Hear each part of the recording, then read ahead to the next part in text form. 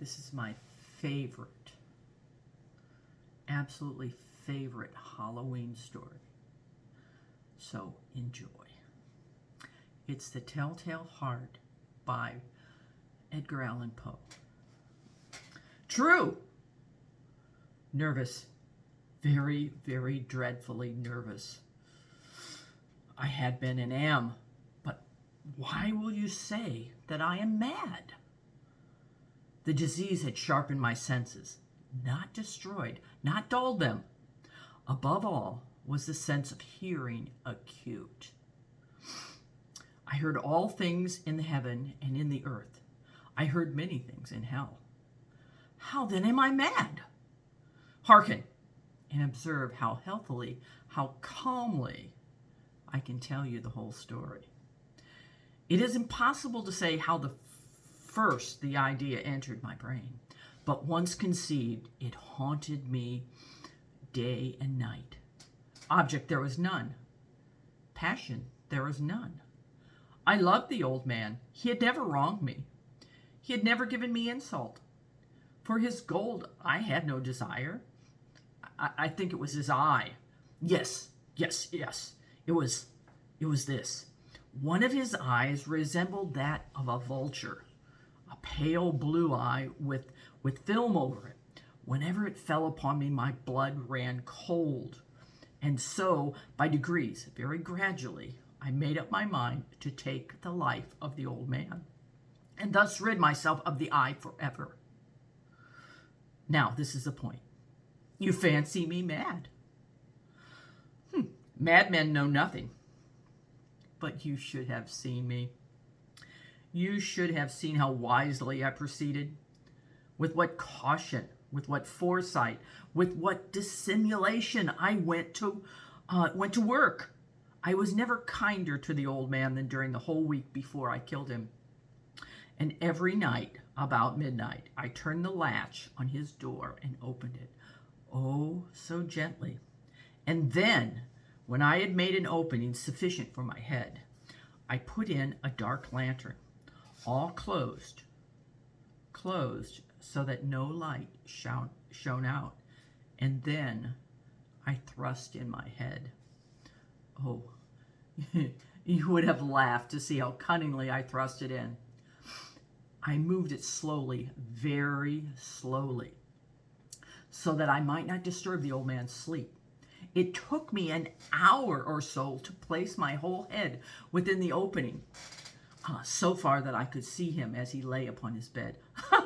Would a madman have been so wise as this? And then, when my head was well in the room, I undid the lantern cautiously. Oh, so cautiously, for the hinges creaked.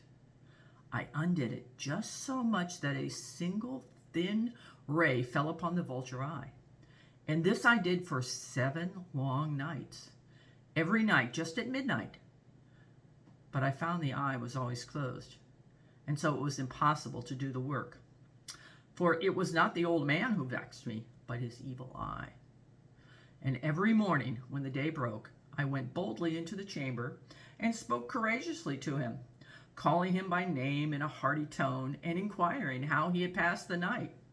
So you see, he would have been a very profound old man indeed to suspect that every night, just at 12, I looked in upon him while he slept. Upon the 8th night, I was more than usually cautious in opening the door. A watch's minute hand moves more quickly than did mine. Never before that night had I felt the extent of my own powers, of my sagacity. I could scarcely contain my feelings of triumph to think that there I was, opening the door little by little, and he not even to dream of my secret deeds or thoughts. I fairly chuckled at the idea, and perhaps he heard me, for he moved in bed suddenly, as if startled. Now you may think that I drew back, but no. His room was as black as pitch, with a thick darkness, for the shutters were close fastened through fear of robbers, and so I knew that he could not see the opening of the door, and I kept pushing it on steadily. I had my head in and was about to open the lantern when my thumb slipped upon the tin fastening, and the old man sprang up in bed crying out, "Who's there?" I kept quite still and said nothing. For a whole hour I did not move a muscle. And in the meantime, I did not hear him lie down. He was still sitting up in bed listening, just as I have done, night after night, hearkening to the death watches in the wall. Presently I heard a slight groan, and I knew it was the groan of mortal terror. It was not a groan of pain or of grief. Oh no. It was the low, stifled sound that arises from the bottom of the soul when overcharged with awe. I knew the sound well. Many a night, just at midnight, when all the world slept, it had welled up in my own bosom, deepening with its dreadful echo. The terrors that distracted me, I say I knew it well. I knew what the old man felt and pitied him, although I chuckled at heart. I knew that he had been lying awake ever since that first slight noise when he had turned in his bed.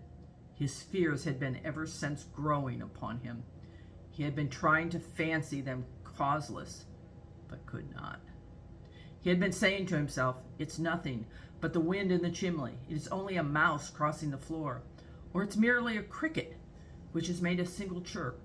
Yes, he has been trying to comfort himself with these suppositions, but he had found all in vain, because death, in approaching him, had stalked with his black shadow before him and enveloped the victim. And it was the mournful influence of the unperceived shadow that caused him to feel, although he never saw nor heard, to feel the presence of my head in the room. When I had waited a long time, very patiently, without hearing him lie down, I resolved to open a very, very little crevice in the lantern. So I opened it. You cannot imagine how stealthily, until at length a single dim ray, like the thread of a spider, shot out from the crevice and full upon that vulture eye. It was open, wide open, and I grew furious as I gazed upon it. I saw it with perfect distinctness, all a dull blue, with a hideous veil over it that chilled the very marrow of my bones. But I could see nothing else of the old man's face or person, for I had directed the ray as if by instinct, precisely on that damned spot. And now, have I not told you that what you mistake for madness is but over-acuteness of senses? Now, I say, there came to my ears a low, dull, quick sound, such as a watch makes when enveloped in cotton. I knew that sound. I knew that sound well, too. It was the beating of the old man's heart. It increased my fury, as the beating of a drum stimulates the soldier into courage. But even yet I refrained and kept still. I scarcely breathed. I held the lantern motionless. I tried how steadily I could maintain the ray upon the eye. Meantime, the hellish tattoo of the heart increased. It grew quicker and quicker, and louder every instant. The old man's terror must have been extreme. It grew louder. I say louder every moment. Do you mark me well? I have told you that I am nervous, so I am. And now, at the dead hour of the night, amid the dreadful silence of that old house, so strange a noise as this excited me to uncontrollable terror. Yet for some minutes longer I refrained and stood still. But the beating grew louder. I thought the heart must burst.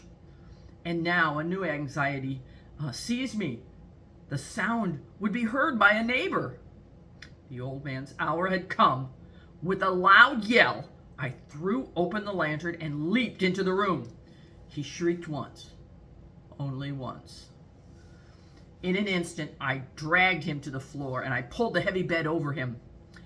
I then smiled gaily to find the deed so far done. But for many minutes, the heart beat on with a muffled sound.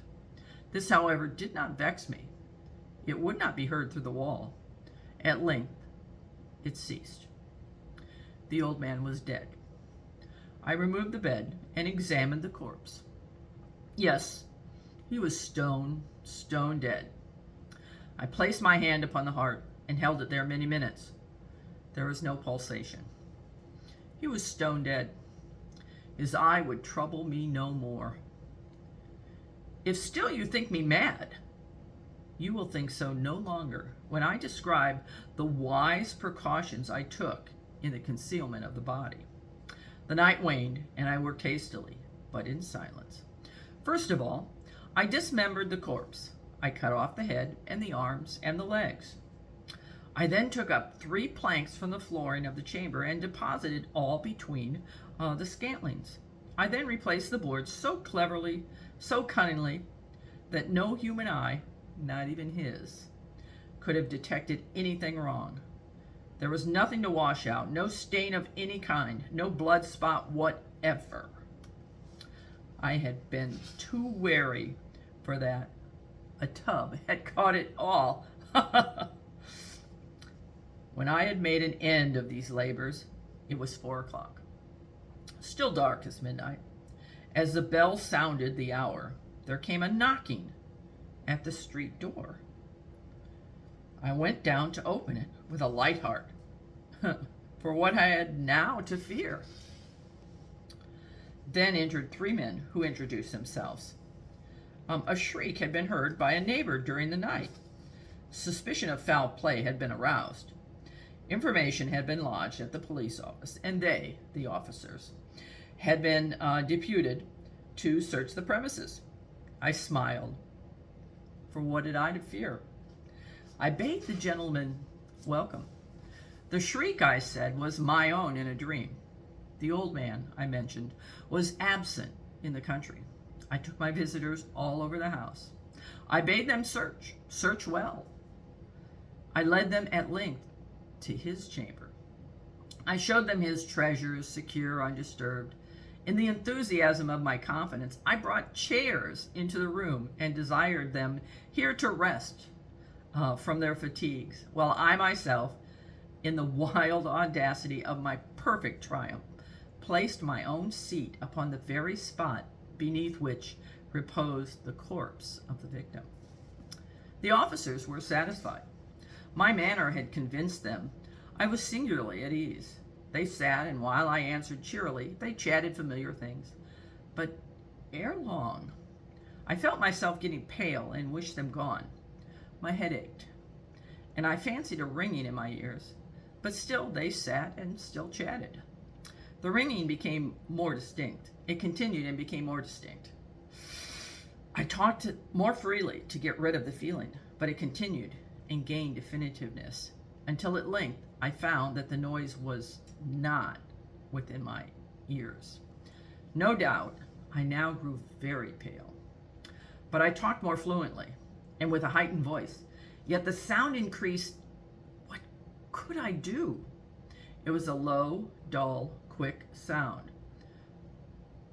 much such a sound as a watch makes when enveloped in cotton. I gasped for breath, and yet the officers heard it not. I talked more quickly, more vehemently, but the noise steadily increased. I arose and argued about trifles in a high key and with violent gesticulations, but the noise steadily increased. Why would they not be gone? I paced the floor to and fro with heavy strides, as if excited to fury by the observations of the men, but the noise steadily increased. Oh God, what can I do? I foamed, I raved, I swore. I swung the chair upon which I had been sitting, and I grated it upon the boards, but the noise arose over all and continually increased. It grew louder, louder, louder! And still the men chatted pleasantly and smiled. Was it possible? They heard it not? Almighty God, no, no! They heard! They suspected. They knew. They were making a mockery of my horror. This I thought. And this I think. But anything was better than this agony. Anything was more tolerable than this derision. I could bear those hypocritical smiles no longer. I felt that I must scream or die. And now, again, hark, louder, louder, louder, louder. Villains, I shrieked. Dissemble no more.